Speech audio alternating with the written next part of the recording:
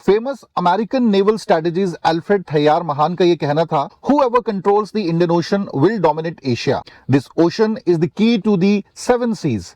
In 21st century, the destiny of the world will be decided on its waters. और आज इनके ये golden words Indian ocean region के context में बिल्कुल ठीक प्रतीत होते हैं, क्योंकि अभी रिसेंटली ही यूनाइटेड नेशन की जो रिपोर्ट आई है उसने बहुत से इंपॉर्टेंट पॉइंट्स को इंडियन ओशन रीजन के कंटेक्स्ट में हाईलाइट किया है। जैसे कि 80% ऑफ ग्लोबल मैरीटाइम ट्रेड आज इंडियन ओशन रीजन के माध्यम से हो रहा है। साथ ही साथ ये region important global choke points के लिए भी फेमस है, लाइक गल्फ ऑफ हॉर्मुज जो कि एनर्जी एक्सपोर्ट के लिए जाना जाता है, स्ट्रेट ऑफ मलक्का एंड बाब एल मंदेब जो कि वेस्ट की कनेक्टिविटी एशिया के साथ बनाता है और ट्रेड रिलेशंस को और अधिक स्ट्रेंथन करता है। अगर इंडियन ओशन रीजन की सिग्निफिकेंस को हम रिसोर्स वेल्थ के कंटेक्स्ट में समझें, so 40% of world's offshore oil production, 16.8% of global oil reserves and 27.9% of natural gas reserves Indian ocean region में है। अगर इस रीजन को इंडियन ओशन नेशंस के कंटेक्स्ट में देखें, so 77% of world's rubber, 76% of its tea, 80% of its gold and 60% of its tin